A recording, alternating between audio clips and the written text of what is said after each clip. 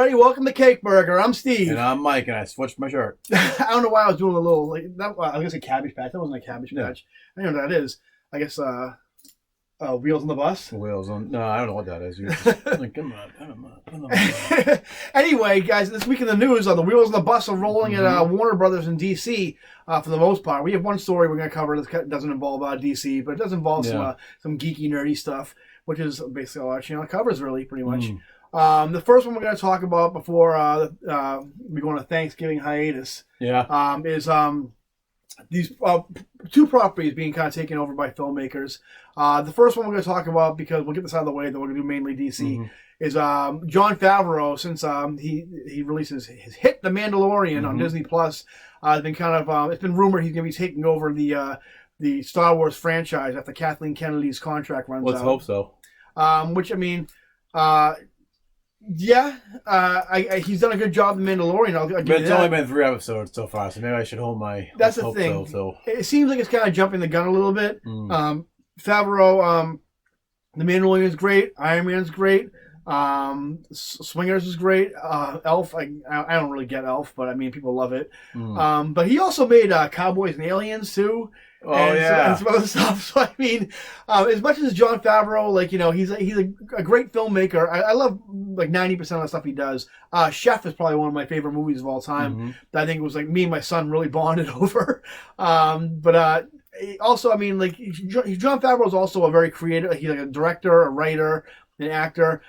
I don't know if he'd want to be bogged down, like, you know, being like the guy, like the architect of like the Star Wars universe. Especially in like recent years, where I mean, like, you know, there's a reason why Kathleen Kennedy re-upped her contract a couple of years back and wasn't fired after, like, you know, such backlash after The Last Jedi. Oh God! You know that because no one wants that job.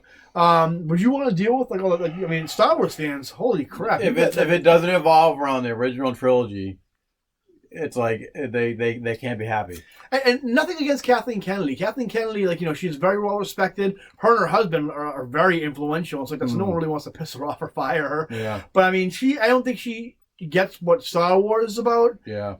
Which is fine. No one does. But I mean, like, you know, she definitely needs to, like, you know, to go. Yeah. But I don't think Favreau is the guy to kind of take his place.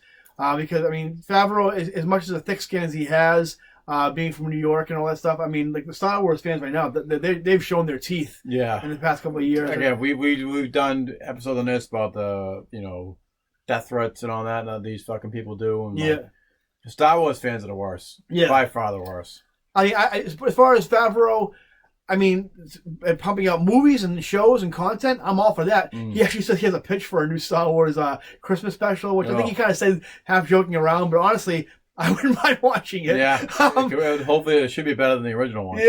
So, I mean, as far as Favreau taking over the whole thing, I think Dave Filoni is probably a better choice, who kind of handles the TV aspect of Star Wars as far as the cartoons, and even The Mandalorian goes. He's kind of a slow burn guy, but honestly, I don't mind that. If for Star Wars, I kind of like the lore. I'm not really a big, like, you know, a lot of people think of Star Wars as big blockbuster. I think those are the worst Star Wars movies, the ones that are kind of like the big, like, explosions and all that kind of stuff. But, Favreau, I don't think he'd want that Kevin Feige. I think he'd want that Kevin Feige paycheck, but I don't think he's kind of a good fit. And I don't think he would really want long term be Star Wars, like, you know, architect. I don't think. So that and then what do you think, Mike? I mean, I'm just hearing about the news now. Like, I mean, when I heard first about the news, I didn't know if it meant he was getting his own movies. I know that was dancing around after the success of Mandalorian, of one episode alone, but I don't know if he might not be the right guy for the job. I mean, we're jumping the gun here, I think, because he's only done 3 episodes. For all we know, it could suck after this. I don't see that happening, but for all we know, it could suck. It could be like, well, you know. If he wants to make a bunch of shows, go for it. You know what I mean? He wants, like, you know, like the Whedon-verse, like with Buffy and all that stuff. Like that. If you want to do something like that, like the Favreau-verse, go for it. But I don't think it's in his wheelhouse, basically, to be an executive, pretty much. I mean, he is a company guy. We all know that. He's better behind the camera instead of... He is. I love Jungle Book. His Jungle Book is phenomenal. I don't like The Lion King that much. Well, to be fair, with Lion King, you're basically just watching the cartoon. The other guy, the other creative to kind of be kind of, we're all done with the Star Wars thing, or they kind of be thrown into the like, hey, you want to be the Kevin Feige of X franchise? Has been J.J. Abrams, who just signed an exclusive with Warner Brothers, and it's been rumored, and he's even kind of winked to the camera a little bit about him kind of being courted to take over, if not just the Superman movie, the whole DC universe franchise, which. I don't know. What do you think about that, Mike? Well, he did okay. The Force Awakens was a decent movie. I heard the rumors that he'd be doing Superman movies, but for him to take over all of the DC cinematic universe is again. I don't see him having that big of a role because he's a director. Again, it's short term. Yeah.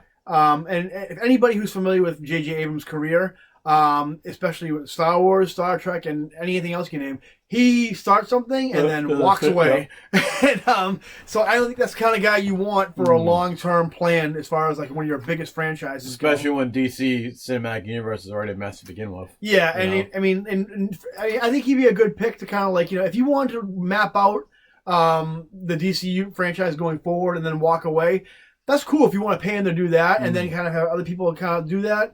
But I mean, like, I don't trust him to kind of oversee every DC movie. He's good. Obviously he apes Spielberg quite a bit. Yeah. I honestly think Steven Spielberg would be a good choice because I think his days as a filmmaker are kind of winding down a little bit. So I think actually I would like to see Spielberg actually take that kind of position, but that would never happen. No, he wouldn't do stuff like that. So I think, again, very short term, I think putting filmmakers in that kind of role is a bad idea. I think you need somebody who's creative, understands material, but also understands the business aspect and the marketing aspect of it. Like Kevin Feige. Kevin Feige is great at what he does, but I would never say, hey, why don't you jump in the director's chair? Yeah. He's good at what he does, and he picks the right people and trusts the right people to do it. I think maybe Abrams could do that, could kind of enlist a murderer's row of talent as far as directors and writers go, and then walk away. But I don't think keeping him as the foreman of the DCEU is a good idea. And as far as the Superman goes, I don't think that's a good idea either because I've read the script for Superman Flyby, the 2003 movie he proposed that actually ended up turning into Superman Returns. And it is not a good movie at all.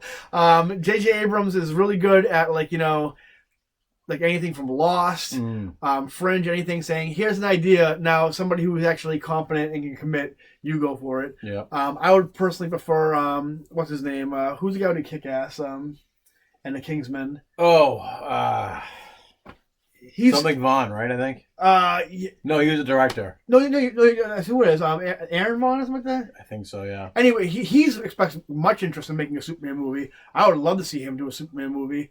Because that guy, he has a very distinct. Everything's very colorful. He clearly loves comic books and action. I would love to see him do it. And I read his pitch for it, and he actually has a really good understanding of Superman. Yeah. I'd like to see him do it. If J.J. Abrams wants to assign him, assign him as the Superman guy, that's good. I would like that. But I don't think Abrams has. I think the lights are flickering real quick. You see that? I'll be right back. I don't think Abrams has a good understanding of DC Universe, one thing, or even comic books, that thing. Because yeah, it's going bananas here. This is very Abrams too. I mean, maybe this would be a big monster coming out, a monster that you only see in the last 3 minutes of the video come out. I'm getting scared. We're gonna pause it for a second, really quick. Oh, I guess I don't know. I'm back. He's back. You never knew he left. But what do you think, Mike? Do you think? Am I talking out of my ass, or do you think? Not really. You gotta find your Kevin Feige for the DC universe, and it's not a quick fix to find. It's not J.J. Abrams. J.J. Abrams, no. It's not James Wan. No. You really gotta dig deep. It's definitely not Jeff Johns because he can't even get a fucking comic book out right now. If he could get books out, I could see him taking over the DC cinematic universe, but he's Jeff Johns? Yeah. Maybe not much anymore because, like I said, he's been delayed. Yeah. But yeah, he had his chance. Yeah, and blew it. You need a good executive who loves comics, and that's what Kevin Feige is. He's a guy who's a great like a producer and just so happens to love comics. Yeah, and that's what you need. I don't know who it is. I don't have the answer for it, but yeah. Speaking of Superman and Jeff Johns, the news is right here. It is breaking. What's that? Nothing. Oh, I really thought you had an alert. No, it was just the commissioner. I was, getting into why my wife's late, so I was making sure she's safe. Speaking of Superman, we have Henry Cavill, who has did an interview. Said it's kind of good that we're bringing up Henry Cavill as Superman because also way back when Henry Cavill is he in, is he out? Michael B. Jordan was also in talks to be Superman, and I guess apparently he had a meeting with Warner Bros. About doing a Superman movie.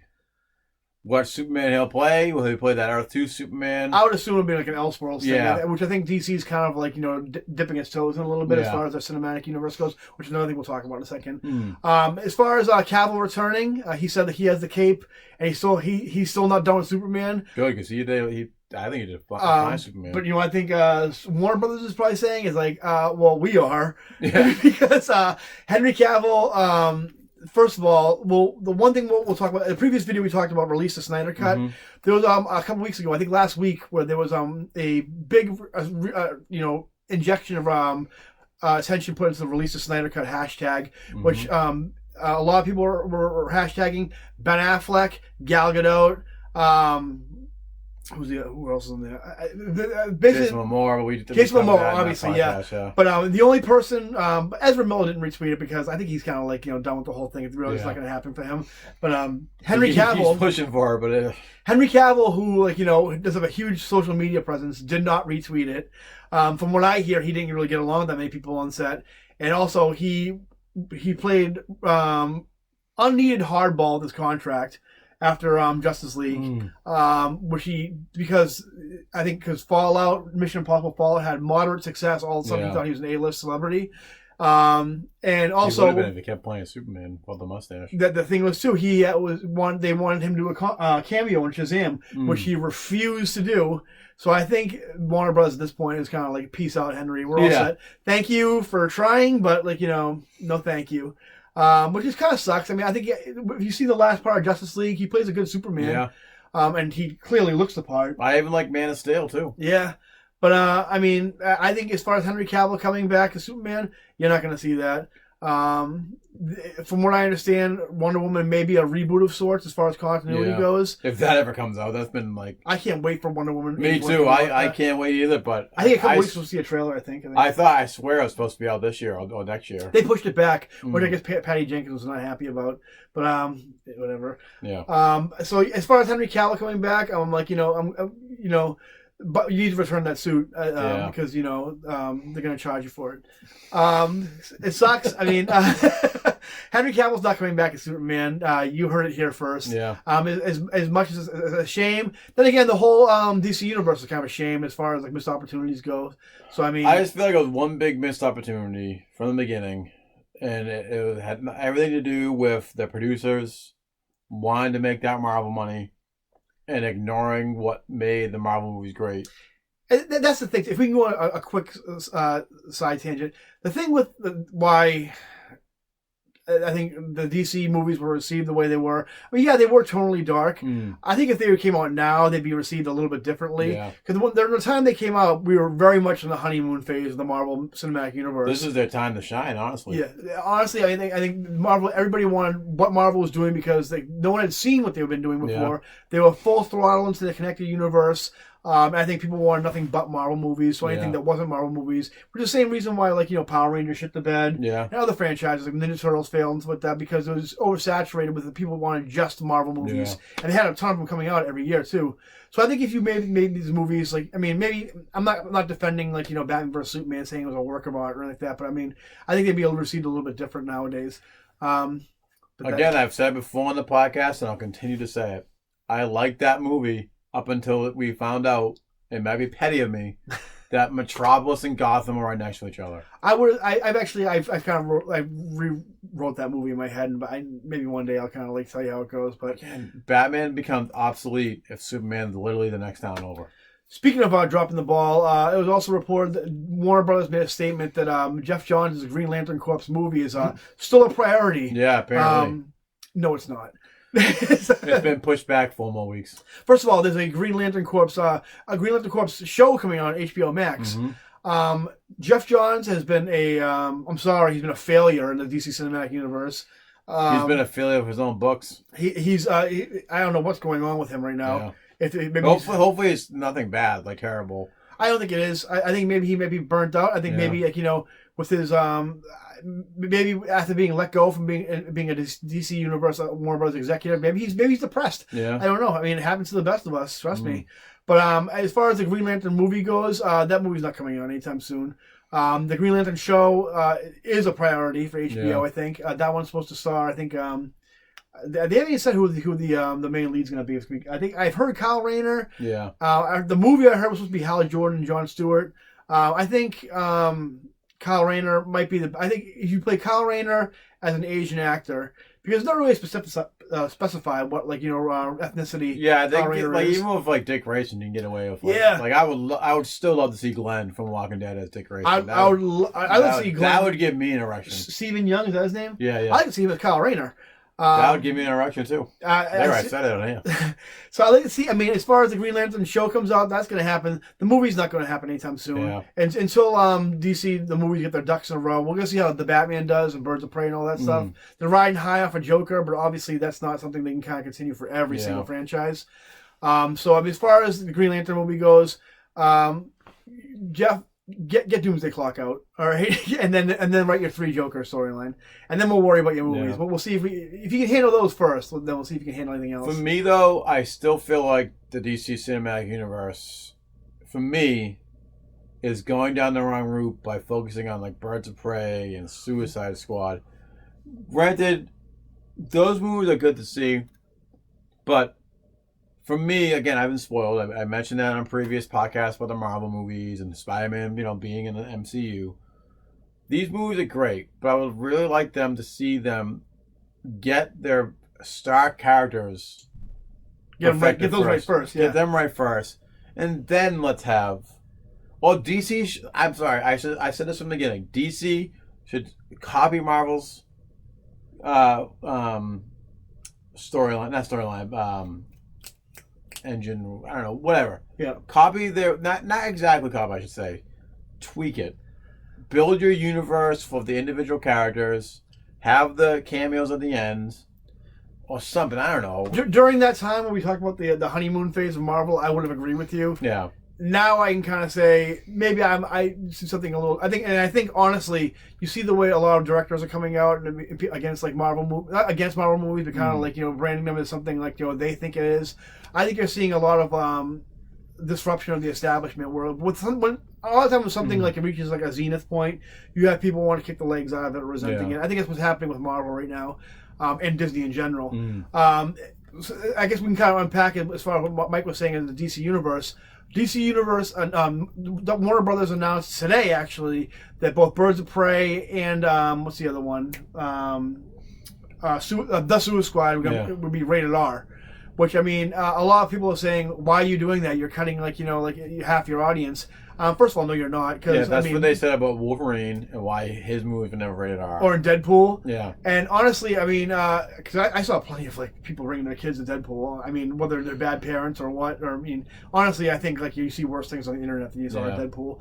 But anyway, I think DC is actually maybe kind of onto something. Maybe as far as like Mike said, they need to get their main characters right, their Trinity right. But I think as far as these movies, maybe they found a niche.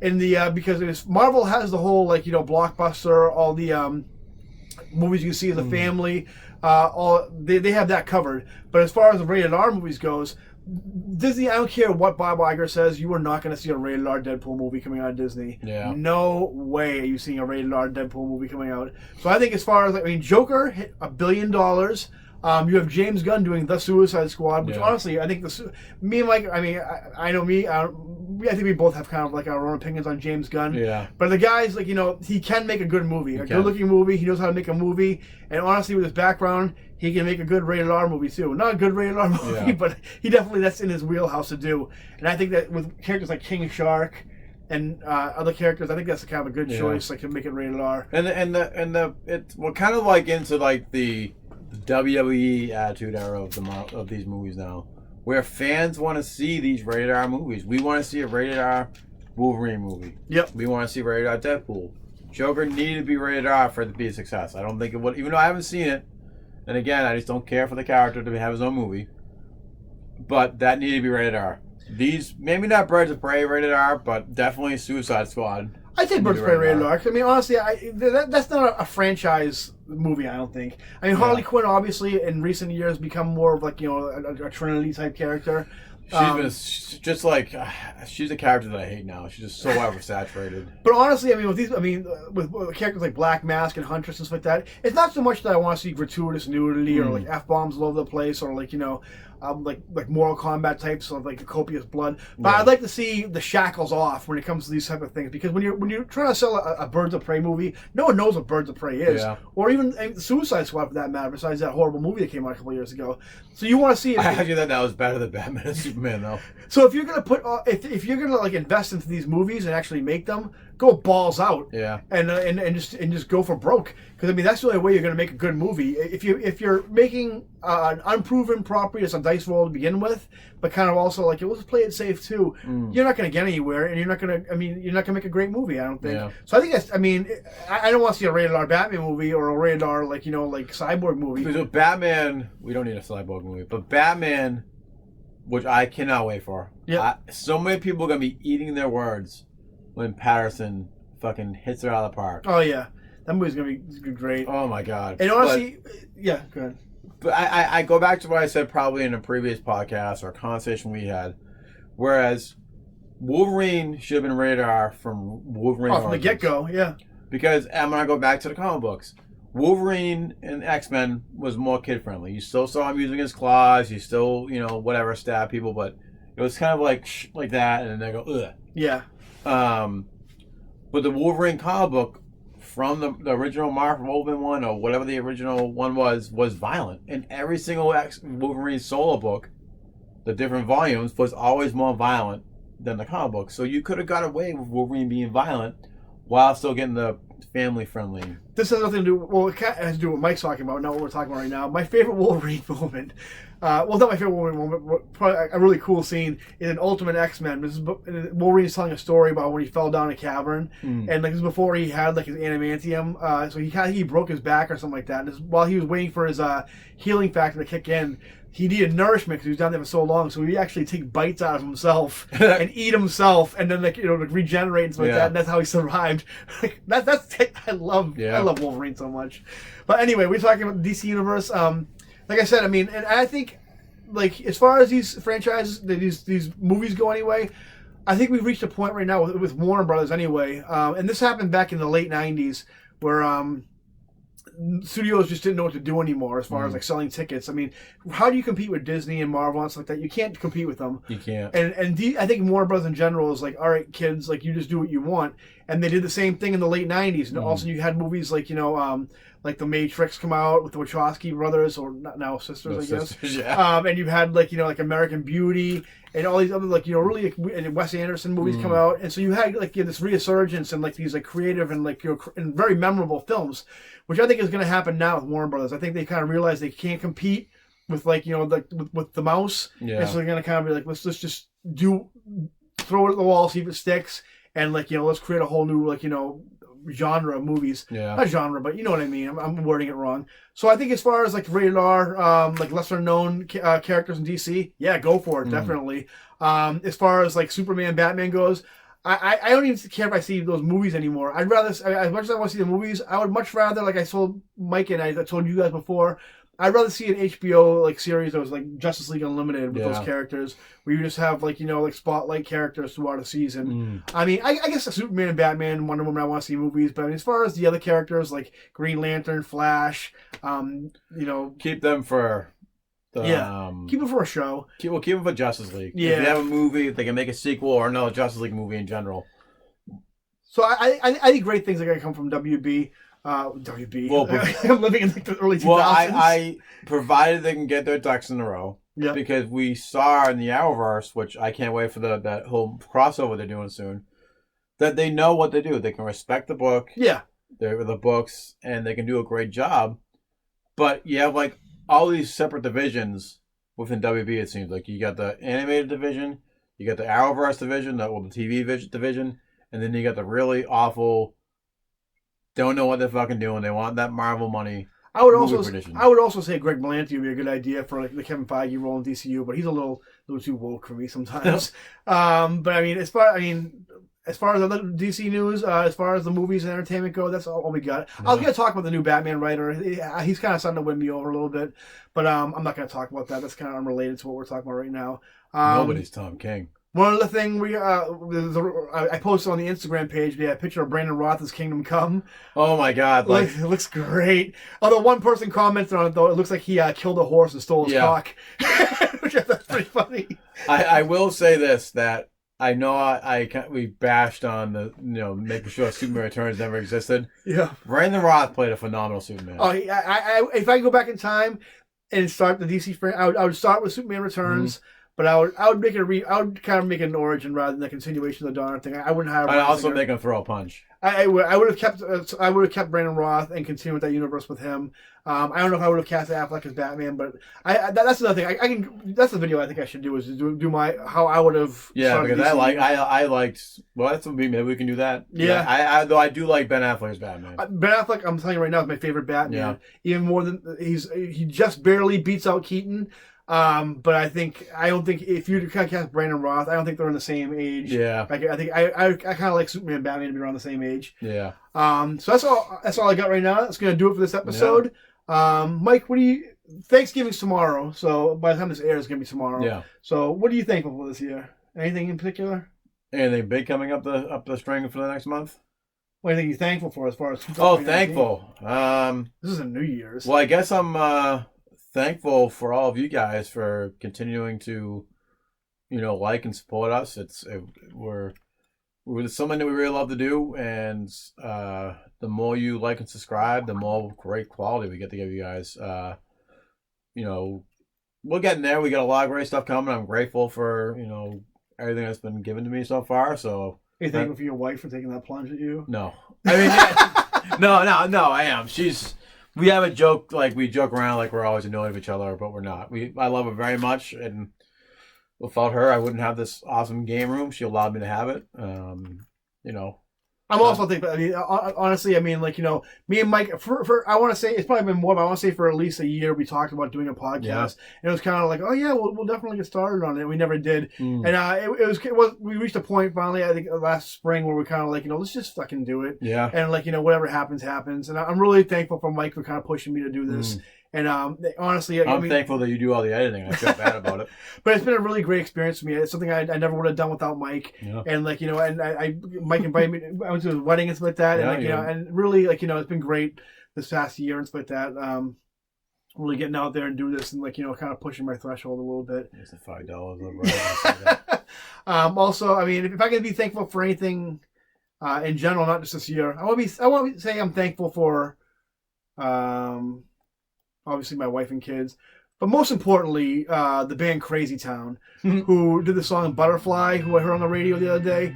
And I want to say I'm thankful to them because not just for teaching us how bad music can be, but just lyrically, and I watched the video obviously, and just how horrible the human race can be, and showing us that we can be better. Yeah. So I want to thank Crazy Town for writing the song Butterfly and making the music video for Butterfly and showing us that, like, you know what? We should strive to be better as a human race. And that's what we can take from this video, pretty much. And I can bet that video wasn't on MTV. Yeah. Oh, great! It did give us like a lot of girls in strip clubs dancing to like "It's a Crazy Town" of Butterfly, and high school dancers too. You're already freaking. But thank you, Crazy Town. Thank you guys all for watching. Yeah. Remember to like and subscribe, and we'll see you guys next time. Happy Thanksgiving, guys. Happy Thanksgiving.